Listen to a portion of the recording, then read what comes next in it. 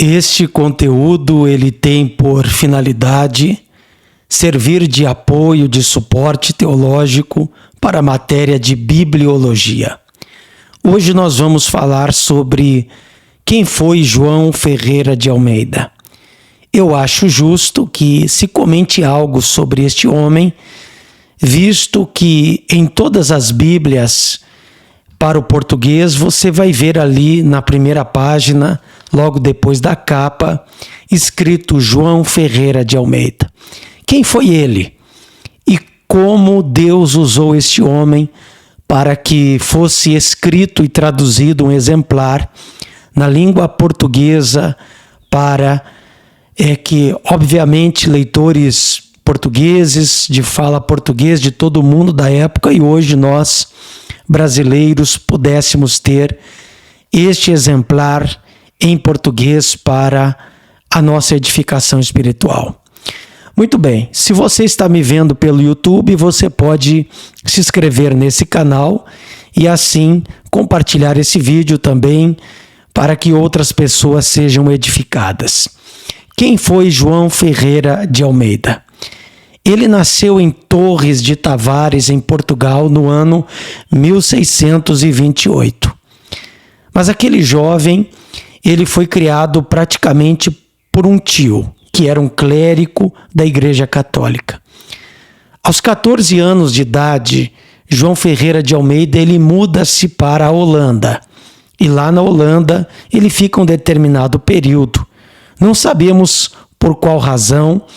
Ele empreende uma viagem da Holanda até a Batávia, atual ilha de Java, na Indonésia. E ali, naquela viagem, ele pega um folheto na mão, escrito em espanhol, língua que ele conhecia também. Há quem diga que João Ferreira sabia em torno de 7 idiomas ao longo da sua vida. E João Ferreira, ele pega aquele panfleto onde tem um artigo escrito entre as diferenças da Igreja Católica Romana e a Igreja Protestante, a Igreja então evangélica reformada calvinista. Lendo aquilo, ele decide se converter ao cristianismo, ou melhor, ele começa a aderir à fé evangélica protestante.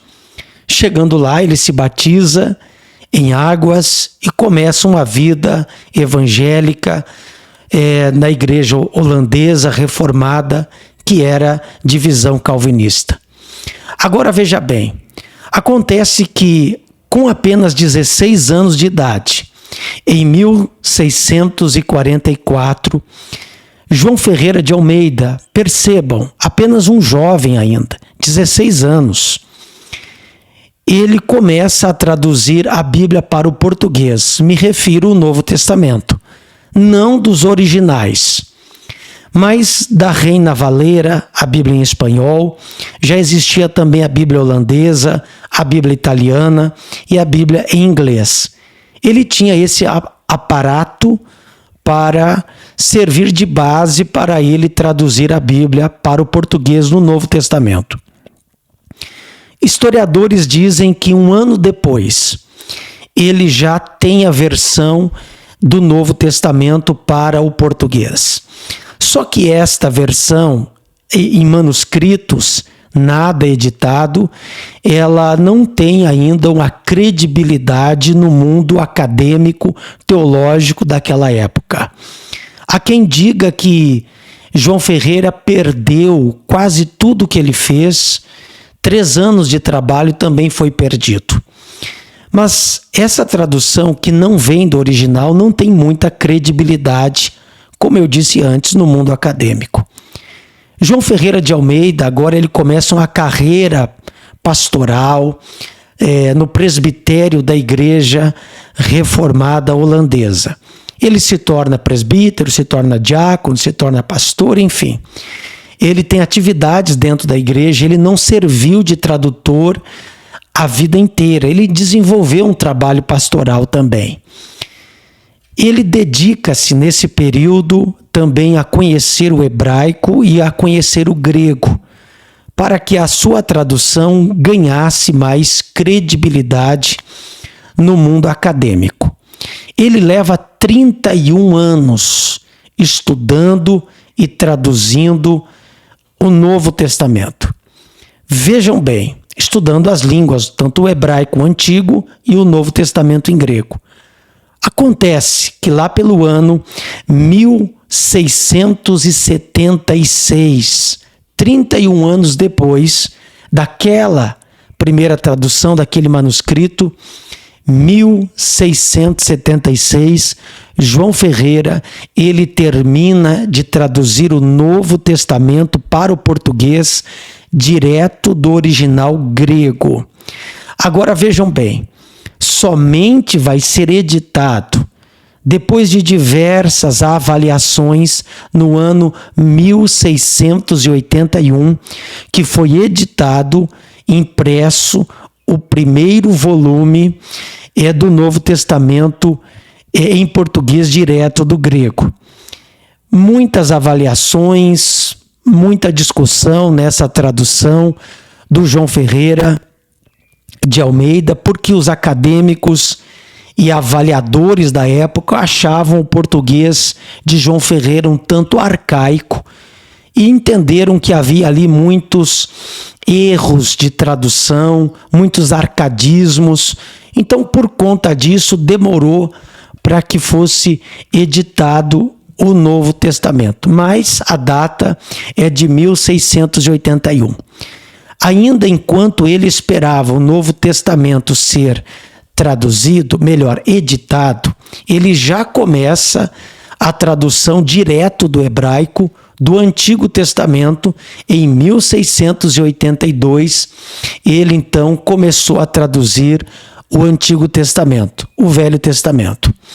Agora percebam, João Ferreira de Almeida, ele morreu, e a data que é intitulada, é dita pelos historiadores no ano de 1691, no dia 6 de outubro, é a data comumente aceita para o falecimento de João Ferreira de Almeida. E ele não conseguiu concluir o Antigo Testamento. Reza a tradição que ele conseguiu traduzir até Ezequiel, capítulo 48, e versículo de número 21, do hebraico para o português. Como ele não conseguiu, evidentemente, em virtude do seu falecimento, de traduzir o Antigo Testamento, um outro personagem entra na história. Jacobs Oppenheimer, um judeu convertido para o cristianismo protestante.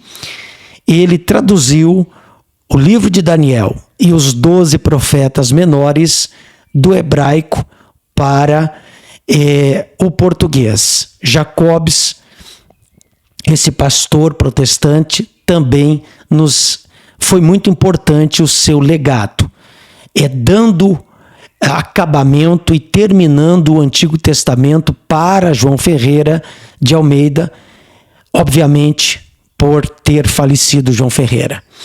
O certo é que agora temos o segundo volume do Antigo Testamento em português.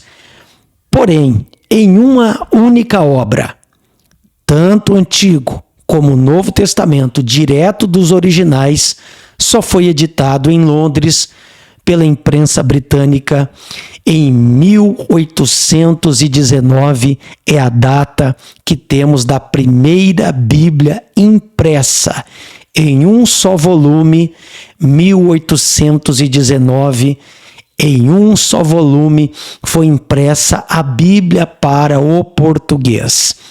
É claro que de lá para cá, uma intensa caminhada de revisões foram ocorrendo. Eu vou falar aqui rapidamente para você.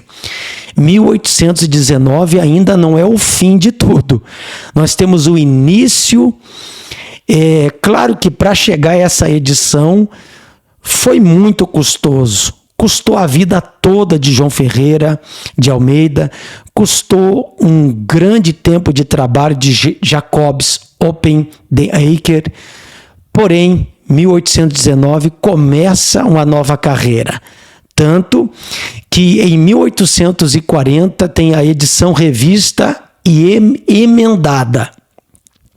1847, edição revista e reformada. 1875, a revista e correcta. Em 1898, revista e corrigida. 1944, revista e corrigida, já impressa no Brasil. Marque essa data.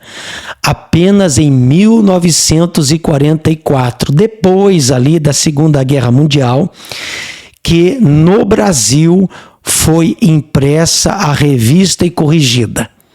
Depois, 1956, temos a revista e atualizada. 1967, a versão revisada.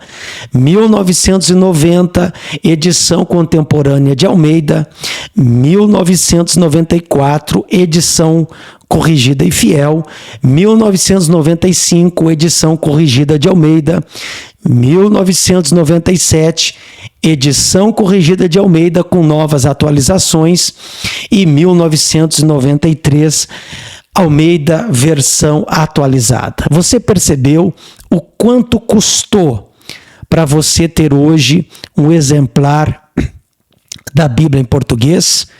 Então, esse vídeo é uma honra à memória de João Ferreira de Almeida, que dedicou desde os seus 16 anos de idade até os seus 63 anos, quando ele faleceu, uma vida inteira, quase 40 anos, dedicado a traduzir a Bíblia para o português.